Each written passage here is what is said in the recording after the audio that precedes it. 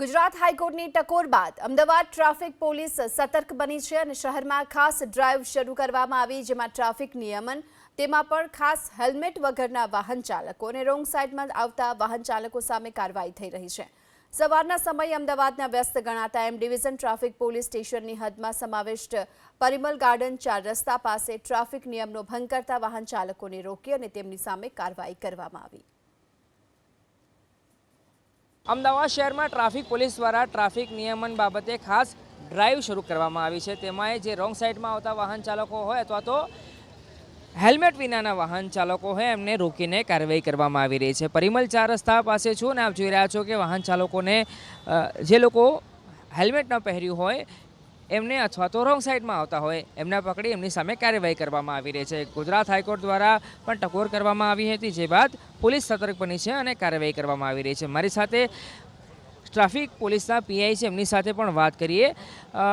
ધાકડા સાહેબ, આ કાર્યવાહી કરી રહ્યા છે, કેવા પ્રકારની કાર્યવાહી છે અને અત્યાર સુધી આપણી કયા પ્રકારની કામગીરી રહી છે?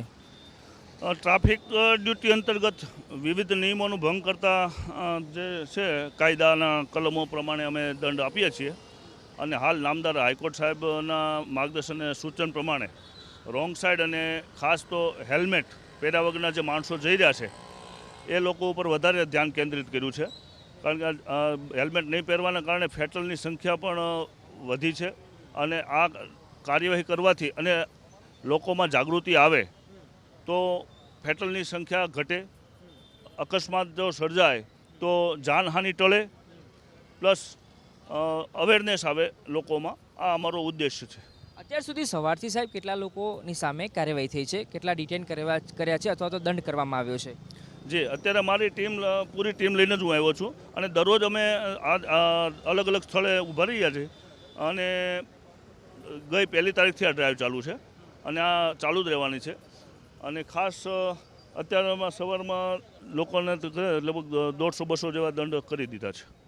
તો આપ જોઈ રહ્યા છો કે ગુજરાત હાઈકોર્ટ દ્વારા જે નિર્દેશ આપવામાં આવ્યા હતા, નિર્દેશ જારી કરવામાં આવ્યા હતા, એ પ્રમાણે ટ્રાફિક પોલીસ દ્વારા ટ્રાફિક નિયમનનું પાલન થાય એનું ખાસ ધ્યાન રાખવામાં આવી રહ્યું છે અને સવારથી જ શહેરના અલગ અલગ વિસ્તારમાં ટ્રાફિક પોલીસ કામે લાગેલી જોવા મળી રહી છે। કેમેરા પર્સન કમલેશ પટેલ સાથે અર્પિત દરજી, બીપીએસ સ્મિતા, અમદાવાદ।